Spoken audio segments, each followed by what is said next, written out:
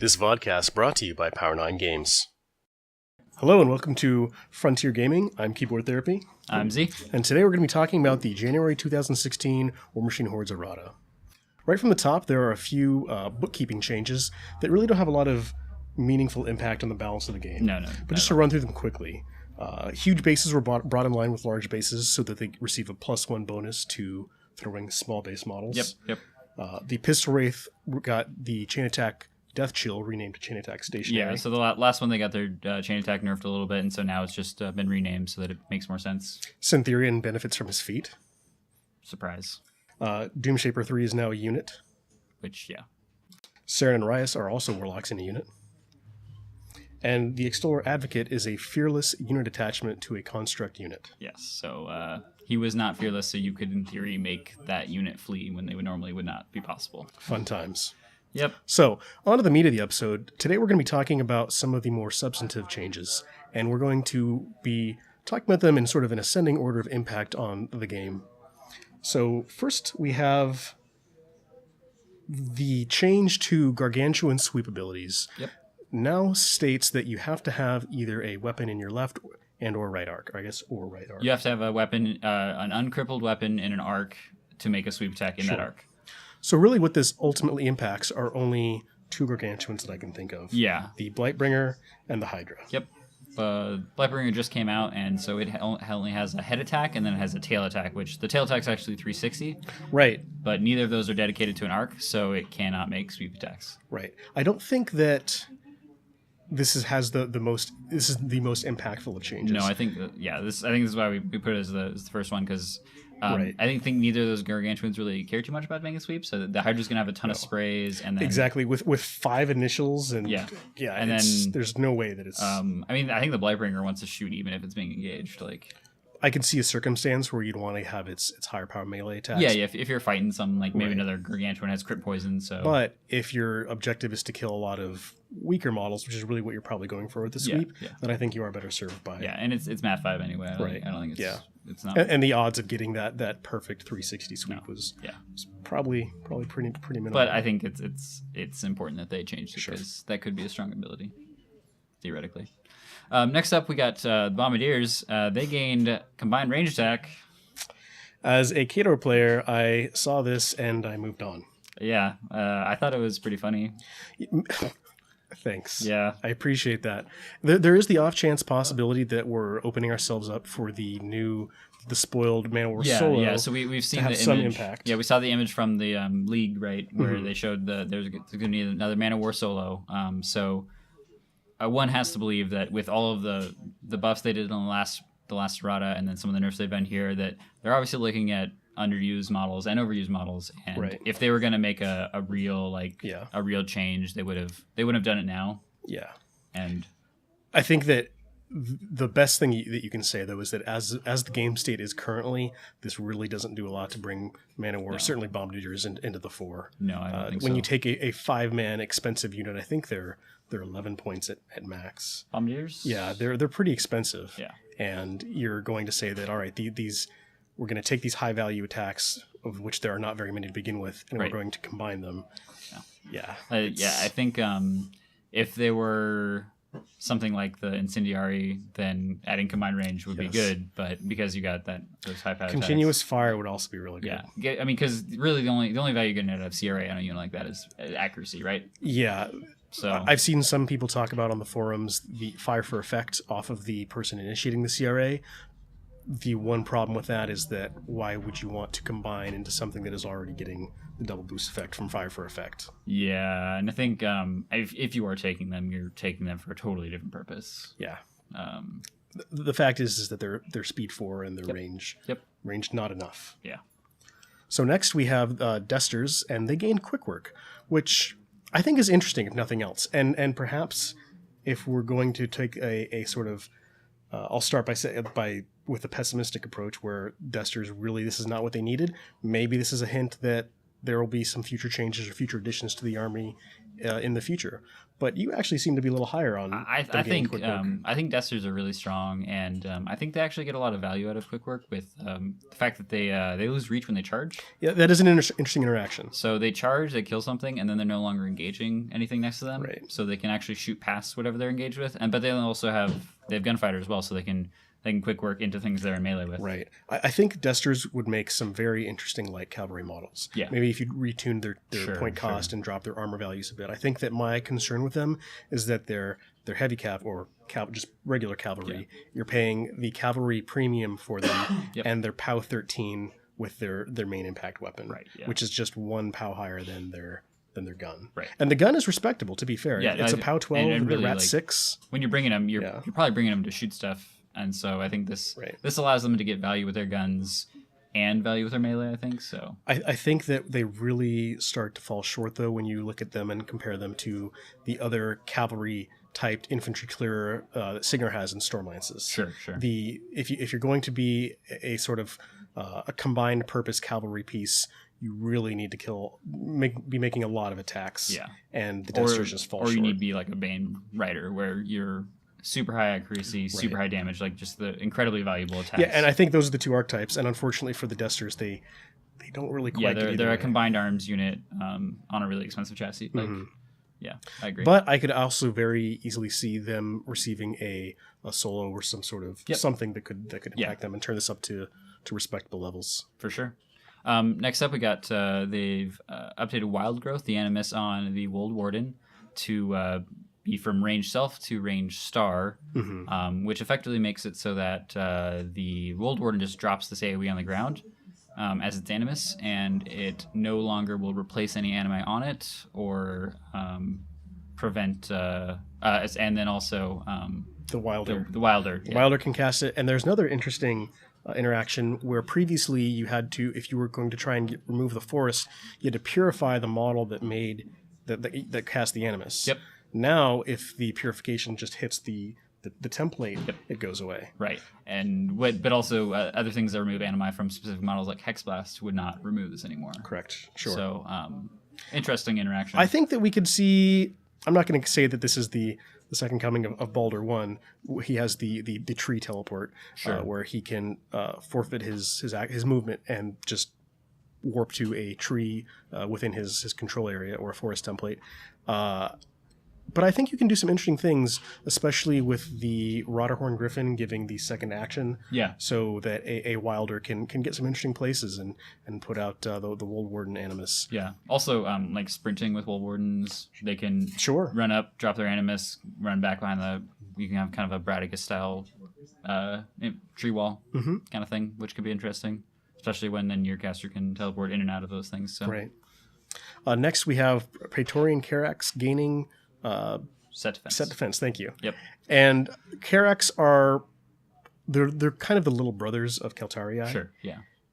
I don't know that this really brings them up to an equivalent point of value, but it is something. Base defense? Their base defense is probably 13. Yeah. I mean, it's interesting. I mean, in the list you're playing these guys in is probably like a Mac 1 type of thing, maybe. So they're good jamming infantry. I think this makes them better at jamming. I don't know that it makes them better at jamming. I think it makes them better mechanically at receiving a charge. Sure. Well, I mean, Scorn has kind of slower end of jamming infantry outside of like AD Annihilators, and most enemy infantry that would be charging into them has a problem hitting at 15. That is true. And I think that the point you raised, though, is interesting in that it kind of illustrates the stumbling block that the Carax are at. It's like, they're really not that much better at jamming, and they really don't want to be on the receiving end of a charge because they don't have the counterpunch ability to really do anything meaningful. They don't fight well from a standing position. They can't get out of. They can't get the places that the Keltarii can. So set defense, again, I think that if nothing else, what we're seeing in this errata is sort of the recurring theme that, well, this is interesting.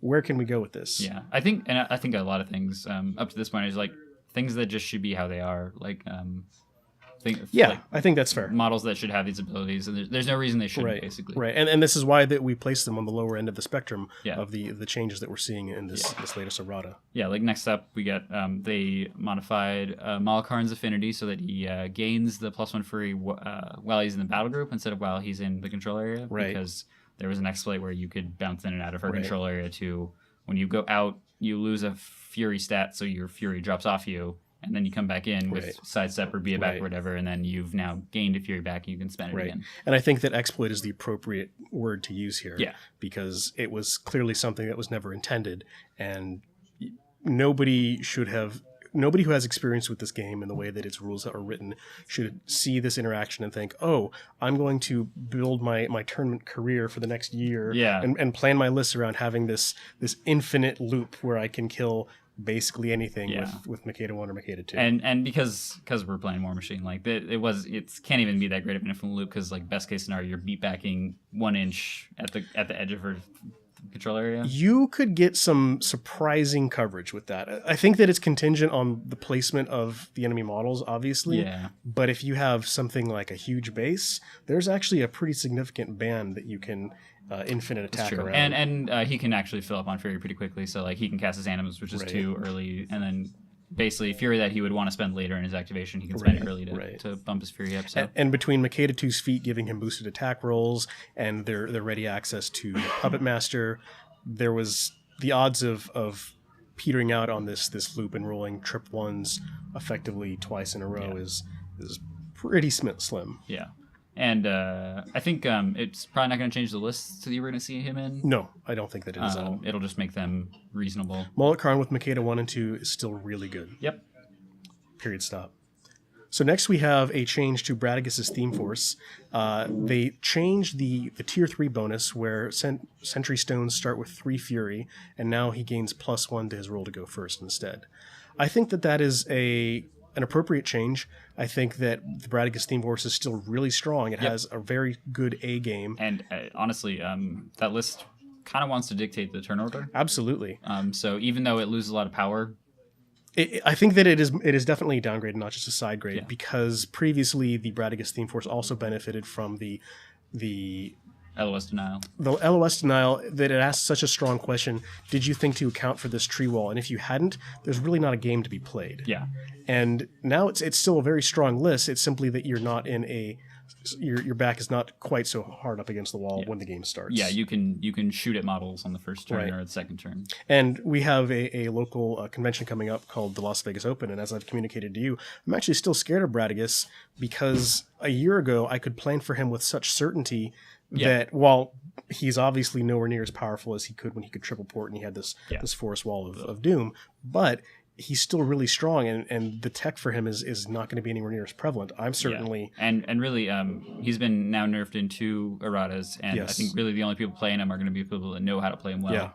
And are thinking, like, this is my tournament caster, and so those are the people that are scared. It'll be interesting to see if they actually stick with him. I think that having these 2 consecutive nerfs will make even the hardcore Bradigus players sort of question things, but I think that he's still dangerous. Circle has a lot of tools, so we'll see if he sticks up there, but I bet we'll see people will still play him. When Morvana 2, and I think that this has changed, especially with the second nerf, but when Morvana 2 isn't making the cut routinely in the list of tournament casters, that is absolute insanity. I mean, as a Crux player, I'm all about that.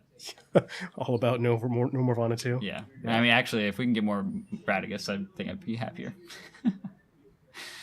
So the next one is kind of a combination. There was multiple changes to troll models in this errata. First of which is oh my gosh, evolutionary elementalism.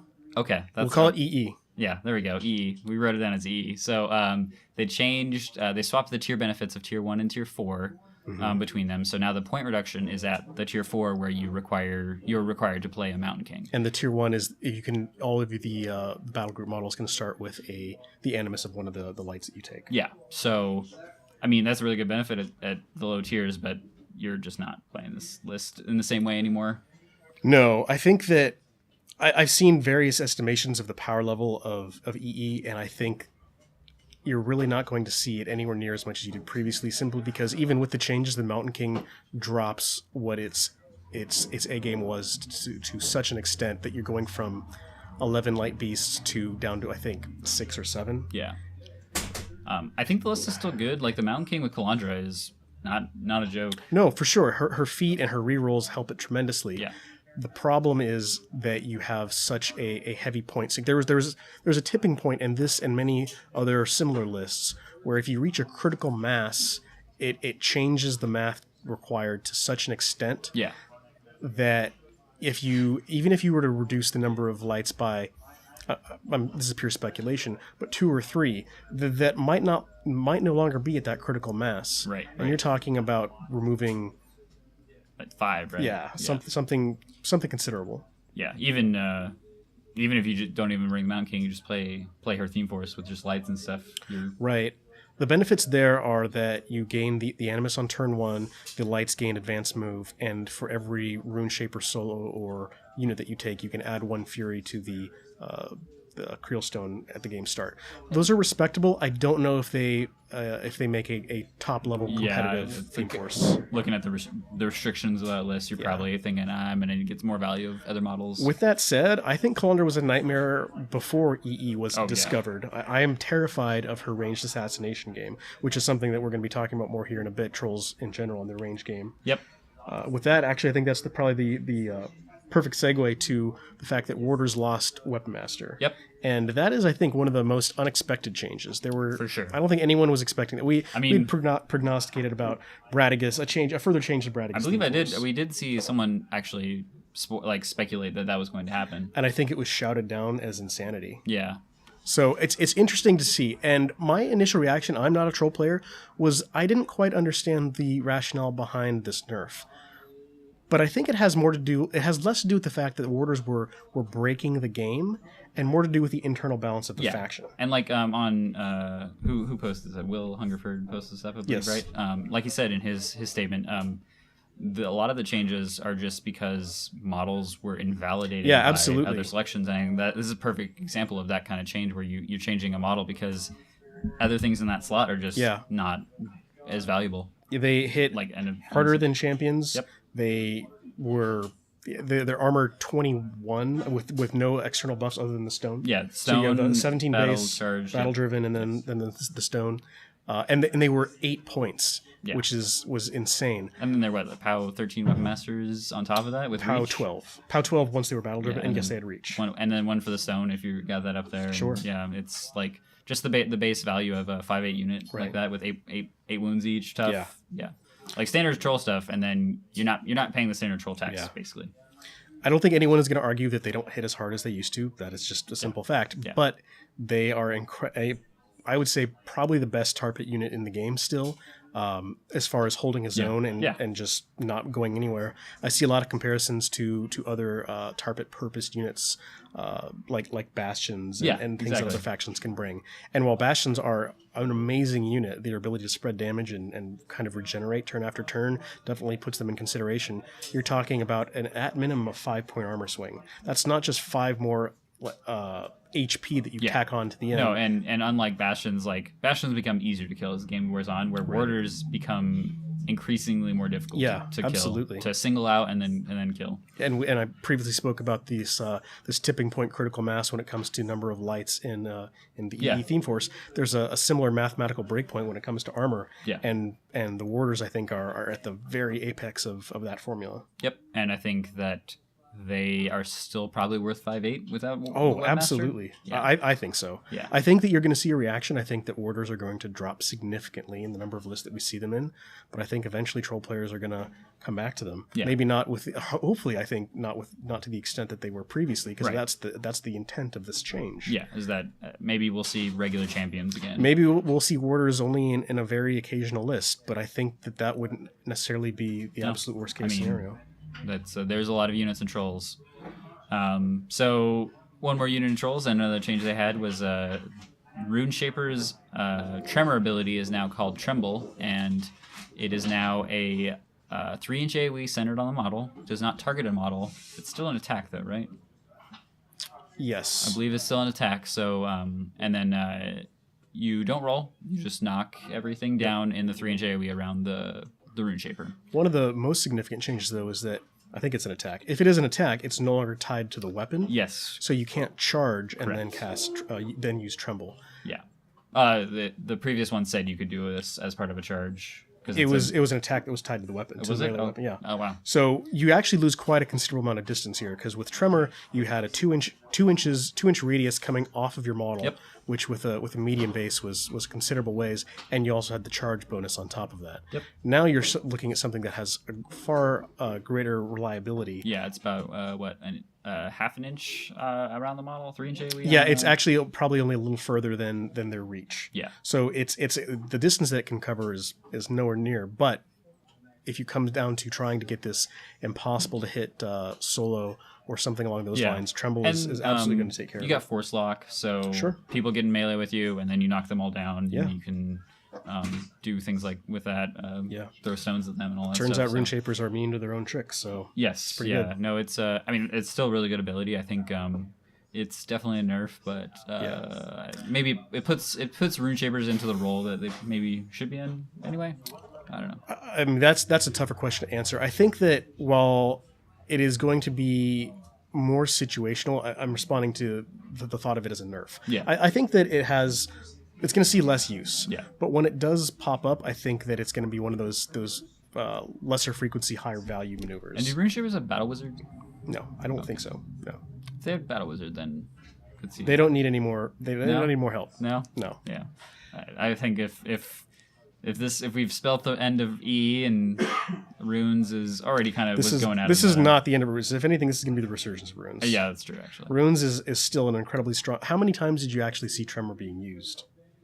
I mean, I play Crick, so it's they just kill everything. It was corner case to begin with, and I think that they replaced a corner case ability with an even more corner case ability. Yeah. And when it comes up, it is going to absolutely floor the other player. I think it actually probably has more value, but less situations than where it's useful. Absolutely, yeah. Where because you don't have to hit, and but you're only hitting things that have engaged you, which I think people are forgetting about Force Lock when they think about what this is doing, because I think stuff gets engaged with Rune Shapers pretty often. Force Lock is super obnoxious. Don't forget about it. Yeah. Unless you're the troll player, in which case do. Yeah, you can't. Yeah. So the last change that we have on our list, and again, this is in ascending order of impact that we feel. Yeah. This is for a model that's not out yet. And this is something that we were talking about to make sure that we had our facts in order before coming on. Seems ridiculous. It's insane. Is the psychoactive gas ammo type on the Splatterbore. Previously, if it hit a war beast, that war beast would immediately take a threshold check, and if it failed, it would frenzy on the Splatterbore player's turn. Yeah, so it would possibly immediately advance toward your enemy's army, away from your army, possibly, or turn and punch one of your guys in the face. And it affected Gargantuans as well, because it is an activation technically. So they would have their normal movement. So they would do their normal movement, and you could actually walk a let's say like the Mountain King, which is threshold 6, easy to do. Yeah. You could walk a Mountain King into your lines and then kill it. That was an incredible ability. Yep. Now it says that the War Beast must immediately take a threshold check, and if it fails, it frenzies during its controller's next control phase. So it basically primals the War Beast. Yes. Which is real bad because frenzied War Beasts don't get to activate. Yeah, if a War Beast frenzies during the control phase, it is basically activated that turn, and thus you cannot activate it later. Yeah, so now we went from a really inaccurate model possibly being able to walk a model across the table. Probably not, because sequential inaccurate 3-inch AoEs have to hit the same model. Now, if one of them hits, that model is done for the next turn. Yeah, which is insane. Yeah. There's definitely a lot of heat on this regarding this change on the internet, and I think it's justified. I think that we're probably going to actually see this changed before the model hits the table. That is my guess, because Privateer Press seems to be moving away from huge based hate and similar type of abilities. I mean, this last flies Errata, in the face of that. Yeah, the last Errata was like everything that affects a huge base can now not if you can shake. Basically, every ability that would lock down a huge base can be shaken, and that was the kind of sum total of that Errata. And now this is an ability that cannot be shaken, and most of the huge base Gargantuans are very low threshold. Yeah, we were actually looking at the Blightbringer. Yeah, the Blightbringer. And the Legion beasts are known for having high threshold. Yeah, the lowest is a Shredder, and now we have the Blightbringer, who's a 7 as well, and that is terrifying. Luckily, well, No, yeah, it's just really bad. I can't imagine a situation where that is good. At least the Blightbringer still does its AoE thing, but it does like the worst one. So Right. So that's the list of the changes in this errata. I want to take a quick minute to talk about how we feel about these changes as a whole and the direction the game is going. Yeah. I think that there's a lot of negative reaction, which I think is to be expected whenever you make a change to a game like this. Anytime you make balance changes to a game, Right. I play a lot of Dota, and like anytime there's balance changes to a hero, people go nuts. But I think that this shows a really good mindset for the direction of the game. That they're just kind of proving that they care about the competitive Right. scene of the game and its balance. So From my perspective, I think that the one point that you might be able to argue was the change to warders. And again, I think because it was not necessarily affecting the other factions as much as it was affecting trolls themselves. right. But what I do think is that in this next year, we're going to see, we were already heading in the direction of the year of the troll gun line. Yeah. And the change to warders, I don't think that we're going to necessarily see more melee troops in trolls. No. I think this is going to force them even harder into the shooting. I think gun line. the weaker players are gonna gut reaction, ship all their trolls, and the stronger players are gonna be like, I don't have to play warders because they're not good anymore. I'm gonna play all the other good models. Yeah. And I'm gonna play an amazing gun line with the Glacier King that's came out a while ago. Croak Raiders, Highwaymen. Yeah, Croak they've Raiders, got Highwaymen, they oh my have gosh. an insane plethora of options to choose from. Yeah, Croak Raiders and the Fire Eaters. Crazy, Mm-hmm. so crazy. They just have a ton of really good guns, and I think they still like the Warders are still an amazing tar pit unit. Like if you Absolutely. compare them to other units that would fill that slot in another army for a 5/8, like compare them to let's Staticus Raiders, right? Insane Staticus Raiders. Sure. Warders can kill about as much as a Staticus Raider can. Oof. I think Warders can kill Staticus Raiders. they can kill Staticus Raiders if they can catch them. I think that Speed 4 is a definite reality. That's true. Battle driven, right? Gives them +2 strength and armor. Oh, And Pathfinder. right, not speed. Right. Okay, so Right. they're kind of slow. Warders still good, despite not being able to, run a race with Staticus Raiders. Yeah. But I think that if you You got to play them differently. You got to play them in the role they're of meant for, course. I think. I think that Staticus Raiders get to the opposite end of a zone very, very easily. I think that Warders do not move from the near end of the said zone at all. No. Unless you devote what is normally required to remove Warjack level armor, heavy Warjack levels of armor. Yeah, but they go to that edge of that zone and they stay there. Like they don't go forward too fast, but they're not going to go backwards. They're not going anywhere. So and I think maybe Cities are a bad example, but you send the typical jamming infantry to try to clear them, Sure. or at least try to stop them Sure. from moving, and they can kill that stuff. But- And the list that you normally see them, like Grissel, like they can make those extra attacks, they can Yeah. move forward afterwards. I think they're still going to be really useful in that kind of list. I think that the traditional meat mountain casters are still going to take Warders, and I think that honestly, there's not going to be that much of a difference in the output. You're just gonna maybe you'll bring a unit of champions with them because you're gonna be able to remove I think that things. you already saw Unit of Champions Yeah, previously. you did. So, but now the champions are gonna be forced to engage stuff. So It'll be interesting to see where Circle goes. I think that with the release of Cormac 2, I think that the other thing to consider with Bradigus is in addition to the nerfs that he received, he was never lauded as a very interactive, fun, engaging list to No, play. no. So I think that more than anything. I think that the 2 nerfs, I think he's still a very powerful list, but more than his drop in power level, it's the fact that it is accompanied with a caster that's just not very engaging. Yeah. I think that's really why we're going to see him. I think what would be most interesting to me drop is off. last errata when we saw the change to Denny 2, right? Sure. Everyone's like, okay, well, Body and Soul is out of the door, right? Yeah. I mean, it's not because that list is still incredible and Denny 2 is still incredible. Yeah. But I think we might see an interesting thing here where the players that like Bradigus, that are good with Bradigus, maybe they'll move away from the Steam Force into more interesting dynamic lists that we haven't seen yet. And that could throw a lot of people off the game, expecting a certain type of list out of a circle pair, and then this Bradigus list comes out of left field. I don't know that we're necessarily going to see him move out of theme because his theme is fairly inclusive. It has like all the models that he wants to take. That's true. But I think that we're going to see, if we do see Bradigus, he'll be in theme, and I think we're going to see some add-ons into that theme that we didn't see previously. Yeah, I mean, you can take Gallows Groves and still be in theme, and that's something I mean, and if you're not going for that full tree wall thing, you can devote a lot less points to that. Maybe I don't know if they're required or anything. I think that the tree wall is dead. The Sentinel Stones, I believe, are required. I think that the tree wall is dead because the Sentry Stones require Fury to teleport themselves. Right. So I think they gain one if they want to move.